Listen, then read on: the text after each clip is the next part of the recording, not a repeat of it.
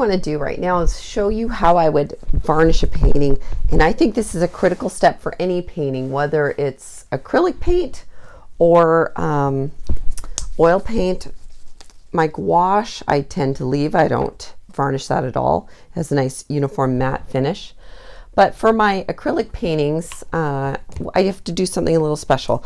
So my acrylic paintings are important because acrylic is a liquid plastic and it will bond to each other in certain conditions. In fact, I've even had an acrylic painting bond to the glass window when one venue placed a painting that they were displaying for sale of mine in the window, and it got hot outside and the painting stuck to the window and actually peeled off a little bit.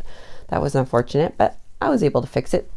So what I do now is I make sure I varnish all my paintings, and there's a two-step process. The first, if you ever see these acrylic mediums that say gloss medium and varnish, if it's a gloss medium and a varnish, it's not a varnish, not in any way, shape, or form. This is an acrylic medium, and you'll see it will say acrylic polymer emulsion. So basically it's pretty much like what's in your acrylic paint. It just doesn't have any of the color in it. This is only good for my isolation coat, and an isolation coat is a layer between my painting and the varnish, and I find this to be very important because, for one thing, it helps even out the sheen. So if my painting is very matte, it'll make it all really glossy or all really matte, all in the same amount of sheen. And for my acrylic paintings, I like them to be glossy right now, but it's like a fashion thing. I change my mind every now and then. So right now I'm using a gloss medium, and for every varnish layer, even if you want your painting to be a little bit matte, I would always suggest you use gloss medium to do this isolation layer. It helps bring out the values. So I know that there's some sheen from my light here, but if you can see where I'm painting, I'm bringing out some of the color and the value again. The richness of the color comes back out, where you lose it a little bit when your painting dries, especially in some of those values like the browns and the blacks. So putting this gloss medium on top of this painting is a good isolation layer. I'm using a soft brush. I'm not adding any water. I'm just using this gloss medium, and every now and then I might move my painting to make sure that the painting has been covered fully. Have I missed a spot? If so, I move the painting and do it again. And this allows for, if they ever need to remove the varnish because of smoke damage or whatever, they need to fix an area, or you need to fix an area of your painting, it doesn't ruin the painting at all to remove the varnish, because this isolation coat protects the painting from that removal process.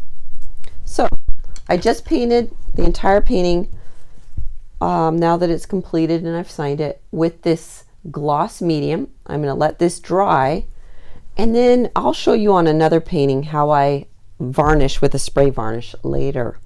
To brush on a varnish, I would also have to wait for this to dry completely, so even longer than I would have to wait with a spray varnish. And then again, just a soft brush, do just as the instructions recommend and brush on that varnish, let it sit, and then you're good to go. Then you can frame it and prepare it for sale. And I'm using a spray, and this is just a spray that has a UV archival finish to it, and you can get it in anywhere from matte to glossy. I'm using a semi-gloss here. It doesn't really matter. I'm going to shake it up. I have a piece of cardboard. This is an old box that I have set up against anything. It could be, you know, another box or something, and that way my painting is more up and down. I'm going to make sure there's no dust on the painting. Just kind of clean that off with a soft cloth, and that painting I want to be up and down so I don't get any splatters.